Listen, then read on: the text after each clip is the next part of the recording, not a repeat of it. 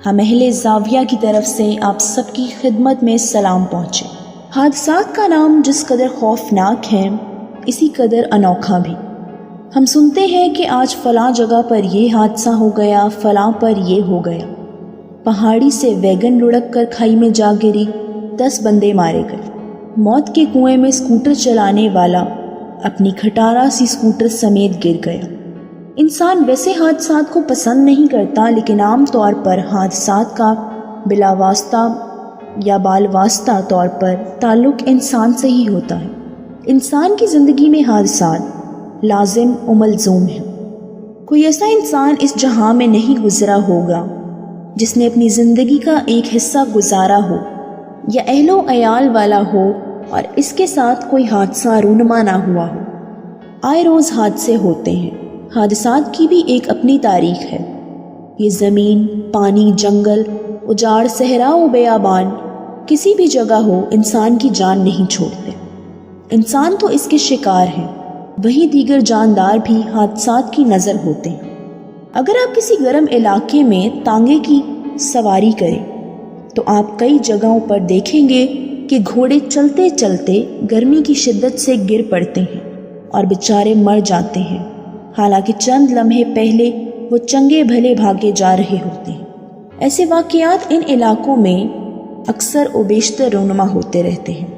آج تک کسی کو علم نہیں ہو سکا کہ ان حادثوں نے اس دنیا میں کب جنم لیا، یہ کیسے ہونے لگے اور کیوں کر ہونے لگے، لیکن سب کو اس بات کا بخوبی علم ہے کہ حادثے جو کسی کے ساتھ ہوتے ہیں اور ان کی تاریخ شاید اتنی ہی پرانی ہے جتنی دنیا کی یا زمین کی تاریخ پرانی ہے۔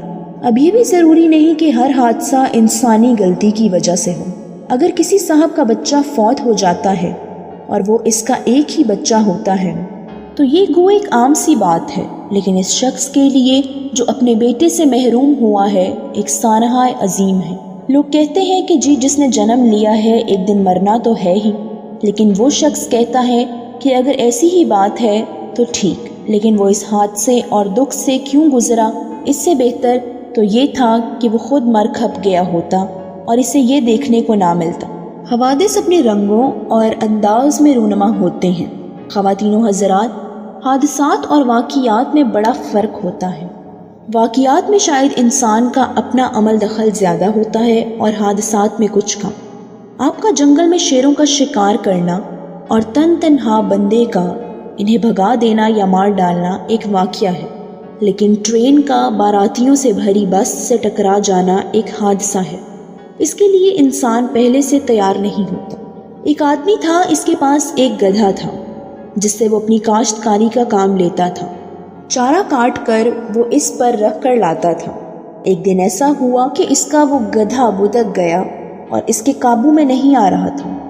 اس شخص نے ایک بھاری سی لکڑی اسے ڈرانے کے لیے اس کی طرف پھینکی۔ خدا کا کرنا ایسا ہوا کہ وہ لکڑی اس گدھے کے سر پر لگی اور وہ وہیں ڈھیر ہو گیا۔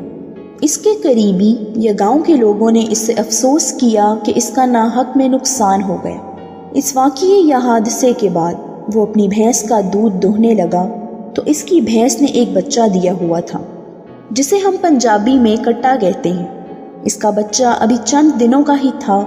جیسے عام طور پر بھینس کو دوہنے یا اس کا دودھ نکالنے سے پہلے اس کے بچے کو بھینس کے قریب کیا جاتا ہے تاکہ ایک تو وہ دودھ پی لے اور دوسرا بھینس اپنے تھنوں میں دودھ لے آئے اور پسم جائے۔ اس شخص نے کٹے کو چھوڑا تو وہ بجائے بھینس کی طرف جانے کے ادھر ادھر بھاگنے لگا اور مستیاں کرنے لگا۔ وہ شخص بار بار اسے پکڑ کر بھینس کے قریب کرتا لیکن وہ اس کے قریب نہ آتا۔ اس شخص نے غصے میں آ کر اس کٹے کی گردن کو مروڑ کر بھینس کی جانب زبردستی موڑنا چاہا تو ایک دم وہ نیچے گر گیا۔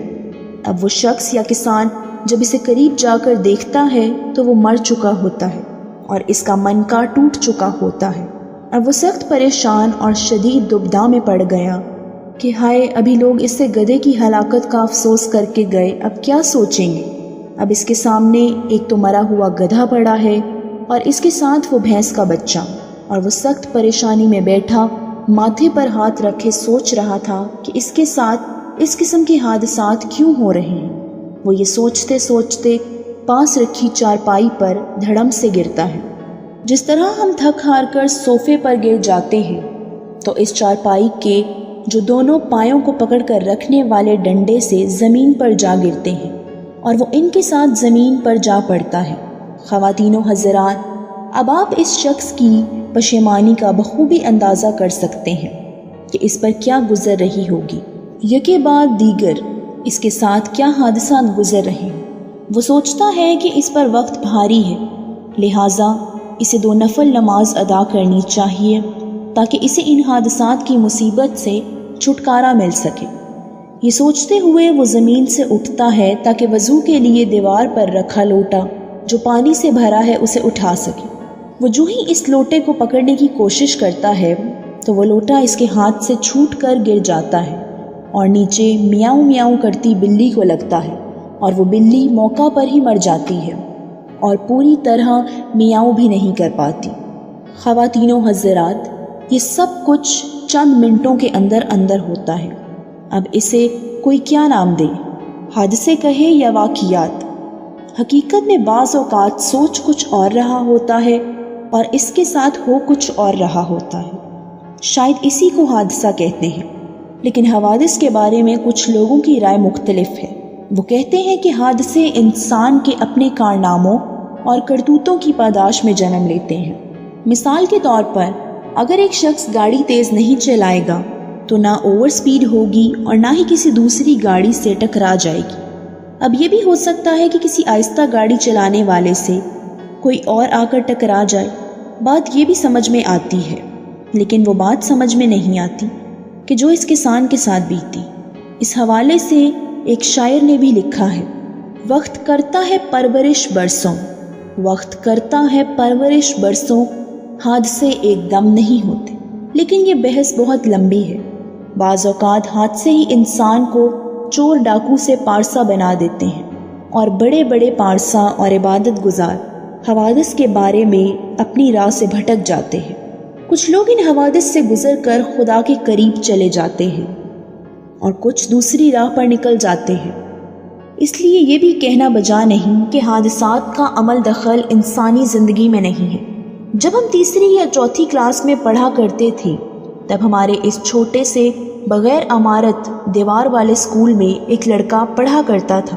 اس کا نام بشیر تھا، اور بشیر سے یاد آیا کہ ہمارے قصور میں اتنے نام کے بشیر آپ کو ملیں گے کہ آپ کسی بازار میں کھڑے ہو کر ایک بار اونچی آواز میں بشیر پکاریں، آپ کو اس وقت 3-4 بشیر مل جائیں گے۔ اس لڑکے کا نام بشیر تھا۔ وہ تھا تو گورا چٹا، لیکن اس کی پھپھی، جسے وہ پنجابی میں بوا کہتا تھا، وہ اس کا سر منڈوا کے رکھتی تھی۔ اس پر سارے لڑکے یا بچے اسے مذاق سے بشیر توڑا کہا کرتے تھے۔ اسے جب بھی ماسٹر صاحب ڈانٹتے تو وہ اونچی آواز میں بوا کو پکارتا، اور اس کی بوا جو اسکول کے سامنے والے گھر میں رہتی تھی اپنے گھر کی کچی دیوار سے سر نکال کر دیکھتی اور اسکول پہنچ جاتی۔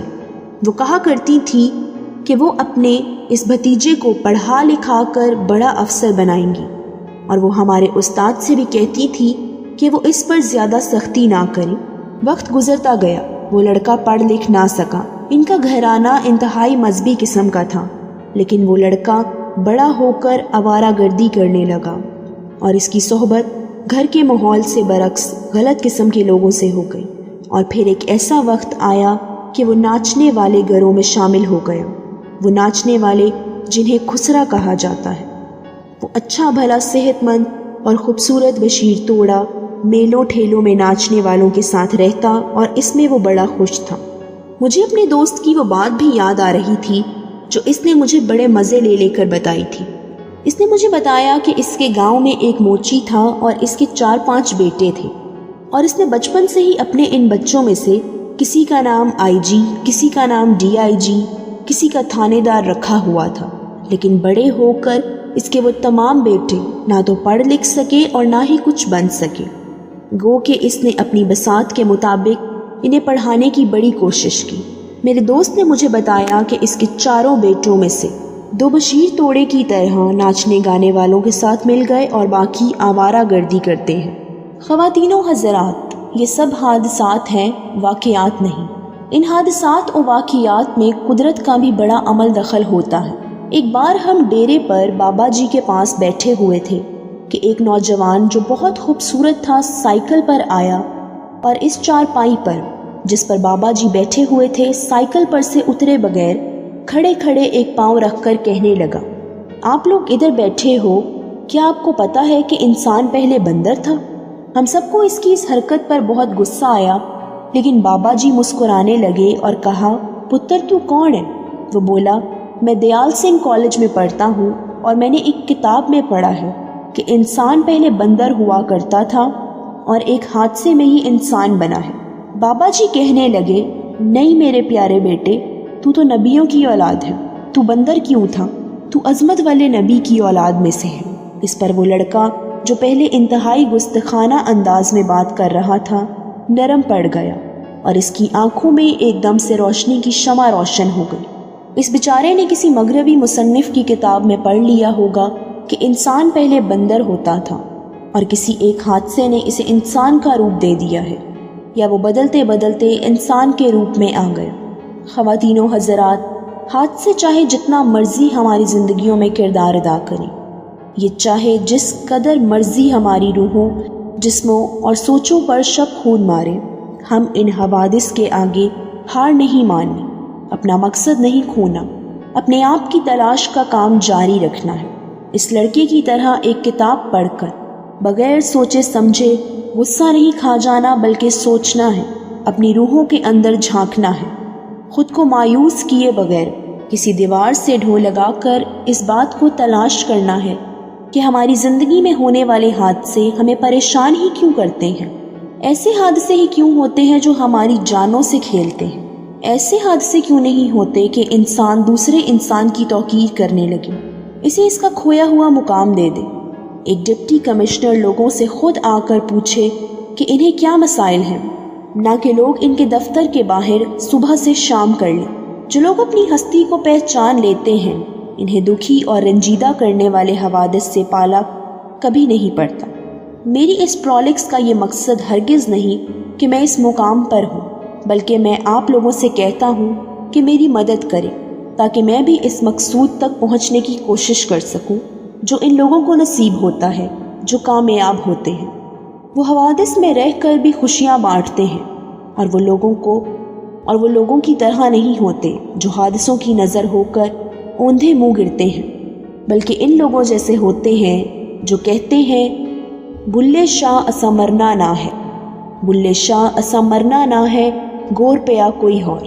اللہ آپ کو آسانیاں عطا فرمائے اور آسانیاں تقسیم کرنے کا شرف عطا فرمائے۔ اللہ حافظ۔